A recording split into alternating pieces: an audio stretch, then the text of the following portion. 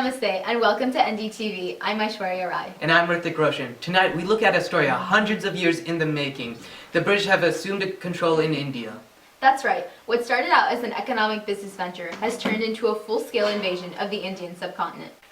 The British East India Trading Company took their foothold in India in the beginning of the 1700s as the Mughal Empire began to decline, not only due to foreign invasions, but also internal conflict between the Hindu and Muslim populations.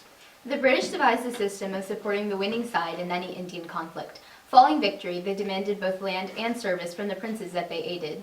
As time passed, their military presence in India intensified, and they began to recruit Indian soldiers known as sepoys, who were lured by better pay and uniforms. However, these Britishers assumed superiority over the sepoys. The Hindu and Muslim sepoys were forced to rip cartridges with their own bare teeth for the Enfield rifles. However, these cartridges were greased with cow and pig fat, animals sacred to both religions. It sparked a rebellion that lasted for 2 years and culminated in the capture of the Black Hole Fort of Calcutta by the Nawab of Bengal, known as Siraj-ud-Dawla. Here's Madison in Calcutta with the story. Reporting here live from Calcutta, India, Nawab Siraj-ud-Dawla has just released the prisoners from the Black Hole of Fort Williams. 146 British prisoners were taken into custody just yesterday, and only 23 survived through the night. 50,000 soldiers were sent in by Siraj-ud-Dawla as an act against the British building a trading port against his will. The attack ended with the British surrender, and we will come back to this scene later today with more updates. Good night. Thank you, Madison. This siege enraged the British, and Robert Clive, the British Commander-in-Chief of India, was sent down with his troops to crush the rebellion once and for all. So in 1757, at the Battle of Plassey, he and his forces crushed the remaining army of the teenage Udwala, gaining control of the fertile land of Bengal. But despite this massive defeat, it seemed the British were unwilling to rule in peace. They used existing religious tensions between the Muslims, the Hindus, and the Sikhs to crush resistance and establish their empire. They even passed a policy that prohibited the congregation of Indians. So when the Sikhs gathered for a celebration on April 13th, 1919, a tragedy occurred. Now here's Joel with the story. That's right, Hitrick. I am here on scene where British forces fired against peaceful protesters. Here I have with me Akash Patanahi. He is a witness of the account. Can you please describe what happened as you protested? It was terrible. We were just holding our signs and shouting our wishes, and the British, they came and took out their guns and opened fire. How despicable. We were just peacefully protesting, and they spill blood on a holy day. They even kill people who are not protesting. But what they don't know is that this loss will make us stronger. Well, why do you think they did such a terrible act? I have no idea. Since when was peaceful protest against the law? Well, thank you so much for your account, and I hope you have a safe recovery. Thank you. I'm Joel Puthparnpul, and I have here Secretary of State, Mr. Leopold. I am sure you're well aware of the events that happened in India. What is your response? Well, as you are also surely well aware, Mr. Puthuparampil, we did address a marital law called the Rowlatt Acts. And this was released days in advance, and it clearly warns that any public protest will lead to arrest due to the defiance of the British Raj. But this was only released 48 hours after the Baisakhi festival. What about the thousands of protesters who are already there for the festivities? Law is law. Once it has been proclaimed, you must follow it. Those people were clearly not listening to the law, and that is their problem. Well, what about the mass casualties? Will this not promote mass dissent? Winston Churchill released a statement saying there were only 400 casualties. These numbers are not high enough to cause mass dissent against British authority. Well, Indian National Congress released statistics that said 1,000 people died and 1,500 people were critically injured. This is directly against British statistics. I'm very busy. Good day to you. Okay, as you can see, British and Indian officials have differing views on the Jallianwala Bagh massacre. This has been Joel Puthparnpul in Amritsar. Thank you, Joel. Definitely a dark moment that has tainted India's history. Now, to lighten the mood, we have Amir Khan with today's sports. Good evening, ladies and gentlemen. This is Amir Khan with today's sports. So today we're going to be talking about something a little different. We're not going to be talking about baseball, no lacrosse, no football. We're going to be talking about sports in India. So this is the time of Indian imperialism when British had introduced the game of many sports into the culture of India. So today we're going to be talking about the well-known and loved game of cricket. So India had played their first game against the British in 1870.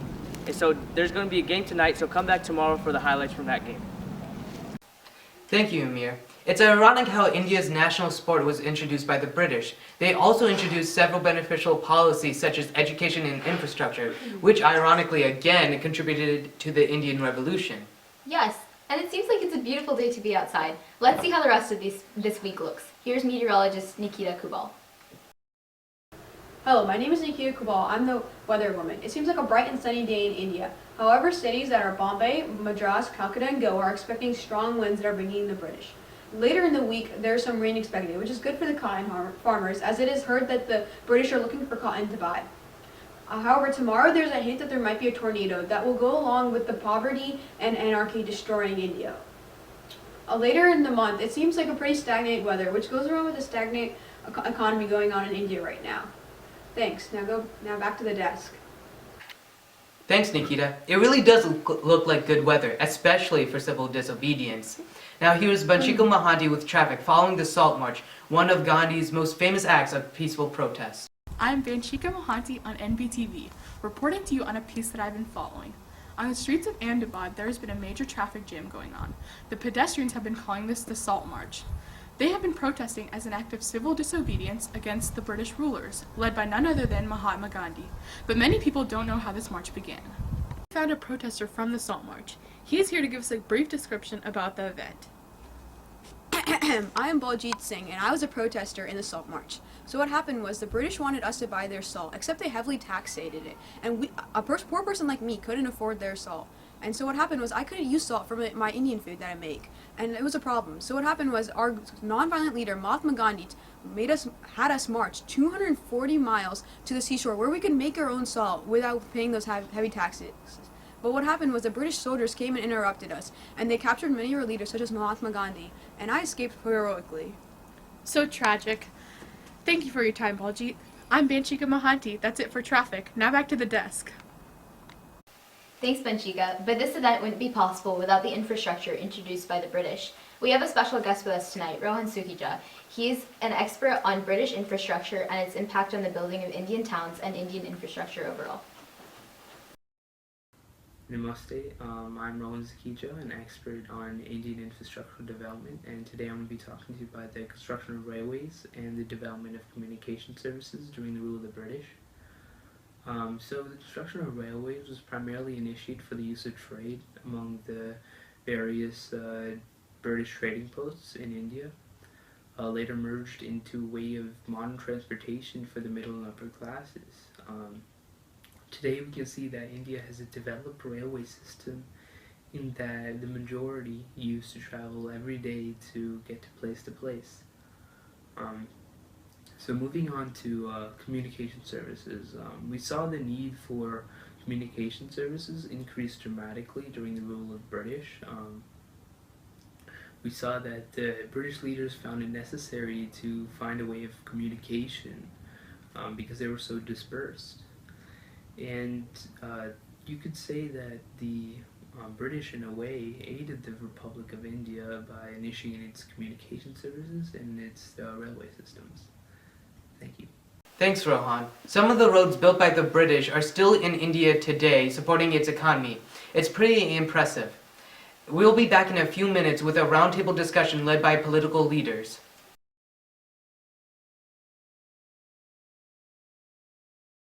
Oh, the brothers are back.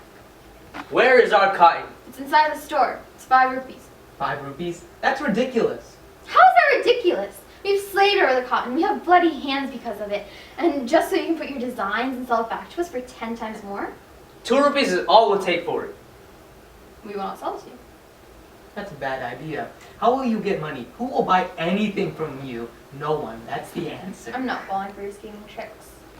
Sell the cloth to us for 2 rupees, or we'll put all your children to work, and you might never see them again. Fine. Yeah!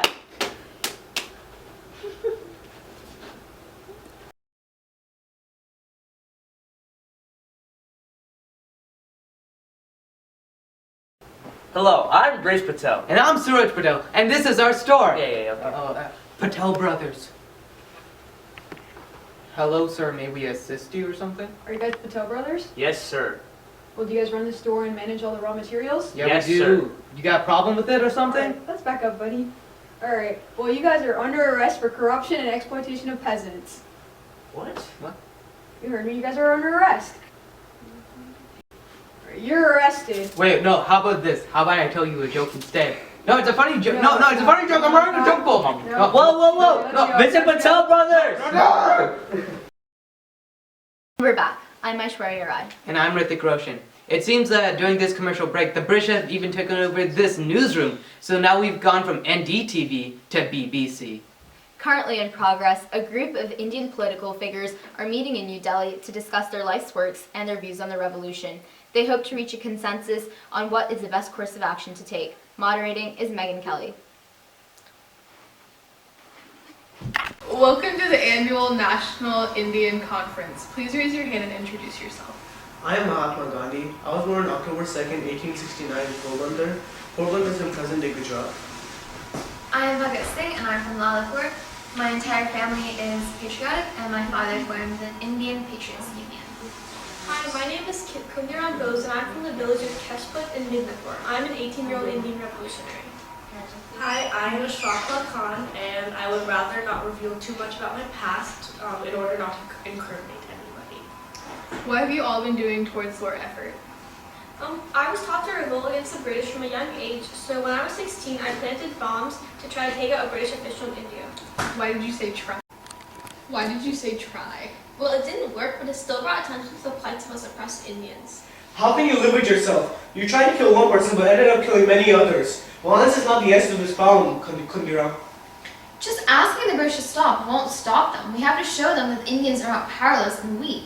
But being violent just brings us down to their level. Being peaceful also works. Look at the Salt March and the boycott against British goods. Both of them were peaceful and both of them brought much attention to our plight. I was a firm follower in your beliefs. But the Non-Violence Corporation ruined it for me. Okay, Especially James Scott. He needs to die for killing Lala Lajpat Rai. The British need to see the strength in the Indian people. Okay, let's calm down. What organizations are you guys a part of? I was a secretary for the Jawad Bharat Sabha. And, well, before that, though, I was part of the Young Revolutionaries movement. And before that, I was in the Radical Hindustani Republican movement. I was the head of the Indian National Congress and I spearheaded the boycott against British goods. While I was not a part of any official movements, my time in Midnapur still taught me how to revolt. This does not mean that I was any less organized than any official organizations, though. My plan to take out Kingsford, a magistrate in India, was still very organized. What about you, Mr. Khan? You've been very quiet. I have been very quiet. Anyways, I was a part of the Hindustan Republican Association, just like Mr. Singh here, and we were responsible for the train robbery in Kokari. I repeat, we are now accepting full responsibility for it. I assume the police will be here coming down soon, so could you wrap up this interview? But why? Oh, we robbed the train in Kokari because, it contained a lot of government money, and this government money was used to buy a bunch of firearms.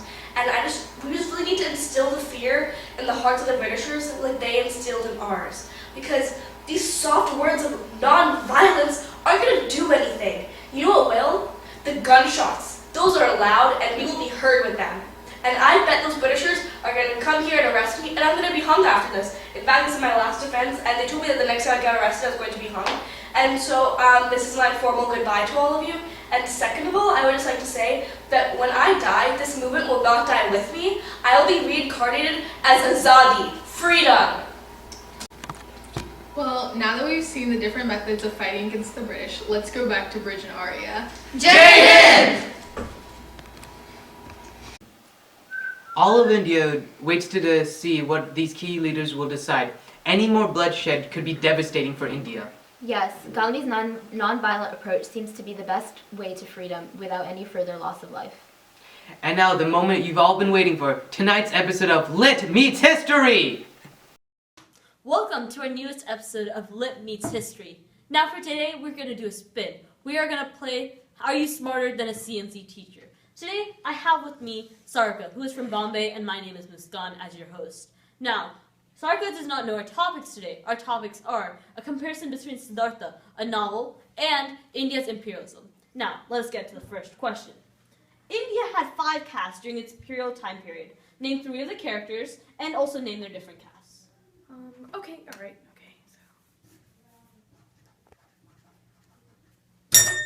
And? okay. In the book, Siddhartha's dad is a Brahmin, Kamala is Kshatriya, Kamaswami is Vaisya, and the last 2, as bonus, is Sudras and Untouchables. And you have met our bonus. So using the Untouchables, can you relate them to the Indian revolts? Okay, yeah, alright. So Mahatma Gandhi, he was a Brahmin, but he felt that the Untouchables didn't have a voice, so he created mass protests which defeated England. That is correct.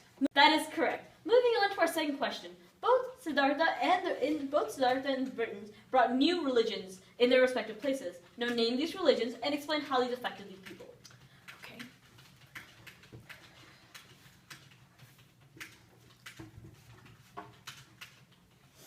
Alright.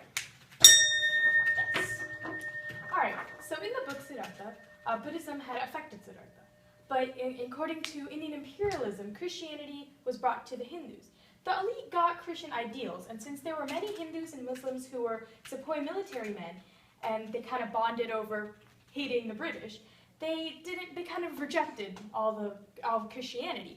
And they also hated the British because the British made them eat pig fat that was from the grease on their guns. But okay, back to Siddhartha. Ooh, I didn't finish. But anyways, back to Siddhartha. He left his Brahmin ways to become a Buddhist. And so in conclusion, Christianity didn't affect Hindus as much as Buddhism did for the book in Siddhartha. That is correct. That was amazing since you didn't finish. All right, moving on to our third question. How does nonviolence affect both Siddhartha and India's imperialism?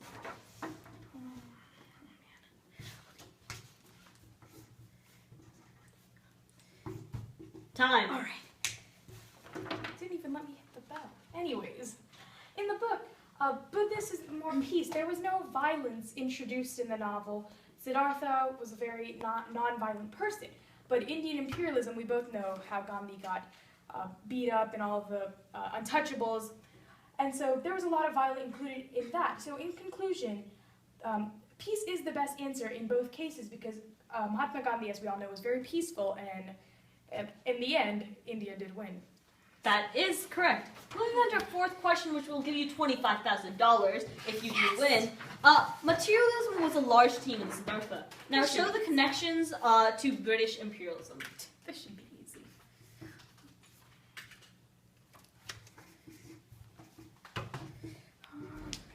Right. All right. Again, no time for the bell. Anyways. In the book, materialism leads to greed. As we've seen, Siddhartha kind of detached his ways, which is like money, partying, that's all he cared about. And there's not that much outside force. In the book, we don't see much of Britain or any other country, just merchants in the area.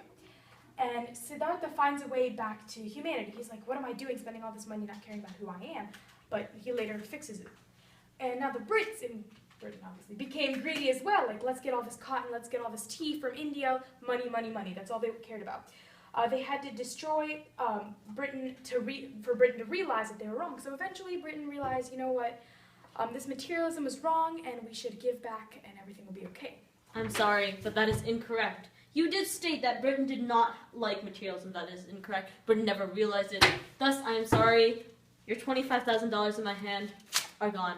Now, thank you for joining us at Lit Meets History. I'm sorry, Sarika, but see you next week. Thank you, everybody. I'm not coming. Thank you all for joining us tonight as we discover the fascinating story of British imperialism in India. Have a good night, and we'll see you all back here tomorrow on BBC.